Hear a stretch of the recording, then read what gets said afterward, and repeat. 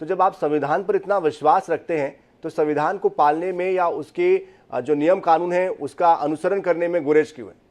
देखिए, कोई गुरेज नहीं है और संविधान का हम जितना सम्मान करते हैं पूरा देश जानता है कि संविधान को तोड़ने वाले, संविधान को बांटने वाले कौन लोग हैं। उस पर मैं चर्चा नहीं करूंगा। आज का जो विषय है उस पर बात करूंगा। अपनी बात कहने के पहले मैं ये जरूर कहना चाहूंगा कि तस्वीर में रंग भरने से तस्वीर नहीं बदलती और नीयत हो साफ तो नीयत नहीं बदलती। हम जानते हैं हमारी बातों में अमृत नहीं, पर हमारी बातें आपस में जहर नहीं घोलती।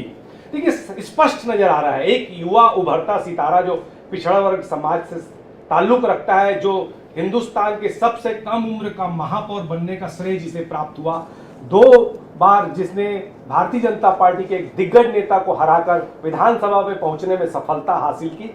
मैं बताना चाहूंगा आपके इस सम्मानित चैनल के माध्यम से, देखिए सामाजिक आंदोलन होते रहते हैं, सामाजिक संगठन अपनी मांगों को लेकर समय समय पर धरना प्रदर्शन आंदोलन करते रहते हैं और उसमें वो सभी पार्टियों को, लोगों को आमंत्रित करते हैं कि वे आए और उनको समर्थन दें। उसी तारतम्य में उन्होंने देवेंद्र यादव को भी, सतनामी समाज का एक बड़ा आंदोलन हुआ था जिस आंदोलन की भनक पहले से ही सरकार को थी। एक बड़ा मामला था, समाज के ध्वज को तोड़कर फेंकने का मामला था, बहुत सेंसिटिव मामला था, पर सरकार उसमें अपनी असफलता को छुपाने के लिए, क्योंकि वो चाहते तो समय रहते इस संकट से मुक्त हुआ जा सकता था। अगर सरकार और सरकार के साथ साथ सरकार का प्रशासन और पुलिस अगर सही समय पर कार्रवाई करती, ये नौबत ही नहीं आती। पर गलत कार्रवाई करने के बाद जब सतनामी समाज आंदोलित हुआ और जब बलौदा बाजार में 10,000 से ज्यादा की संख्या में वहां पर जब लोग इकट्ठे हुए, सरकार से मैं पूछना चाहता हूं कि आपकी LIB कहां थी? आपका प्रशासन क्या सोया हुआ था? ठीक है, सारी चीजें अमरजीत जी ठीक है, आप जो बता रहे हैं वो सभी के संज्ञान में है। सवाल तो मेरा आपसे इस बात को लेकर है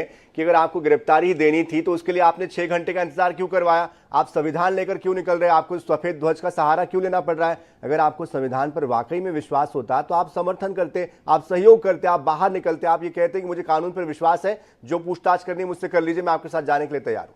बिल्कुल सहयोग किया उन्होंने आगे स्वयं से गिरफ्तारी की और उसके पहले जब उनको नोटिस आई उन्होंने पुलिस अधीक्षक से भी बात की। और तो और जब मानसून सत्र चल रहा था 22 जुलाई को, उन्होंने विधानसभा से, मैं स्वयं मुझसे बात हुई थी, विधानसभा से वो सीधा बलौदा बाजार गए और वहां जाकर उन्होंने अपना पूरा बयान भी दर्ज कराया। और हमने देखा कि जब कोई इस तरह के कार्यक्रम होते हैं तो पुलिस और LIB उसकी रिकॉर्डिंग करती है। उस कार्यक्रम की ये रिकॉर्डिंग दिखा दें कि देवेंद्र यादव के कौन से बयान से या मंच पर चढ़ के कौन से भाषण से इस तरह की स्थिति निर्मित हुई। ये साफ साफ समझ में आ रहा है कि ये राजनीतिक षड्यंत्र के तहत देवेंद्र यादव को फंसाने का प्रयास हो रहा है। और मैं बहुत जिम्मेदारी से कहना चाहूंगा आपके चैनल के माध्यम से, और ये षड्यंत्र और ये प्रयास भी इसलिए हो रहा है कि कहीं ना कहीं से भारतीय जनता पार्टी में राजनीतिक प्रतिद्वंद्विता के चलते गृह मंत्री को उसकी कुर्सी से उतारने के लिए भारतीय जनता पार्टी के ही कुछ बड़े नेता ये षड्यंत्र कर रहे हैं ताकि इस तरह की घटना हो और इस घटना में फंसाकर विजय शर्मा जी का इस्तीफा लिया जा सके। इसलिए ये षड्यंत्र कर रहे हैं और उसमें बलि का बकरा